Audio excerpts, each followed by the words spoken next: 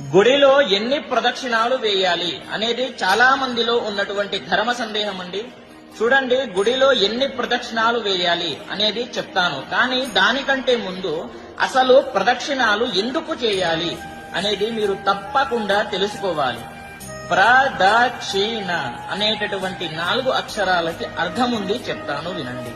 ప్ర అనే అక్షరానికి అర్థము మీరు తెలుసో తెలియకనో చేసుకున్నటువంటి పాపాలు తొలగిపోవాలి అని అర్థము. అలాగే ద అనే అక్షరానికి అర్థము మీరు కోరుకుంటారు కదా కోరికలు, అవి నెరవేరాలి అని అర్థము. అలాగే క్షి అనే అక్షరానికి అర్థము వచ్చేటటువంటి జన్మ నాకు మంచి జన్మ ఇవ్వమని అర్థము.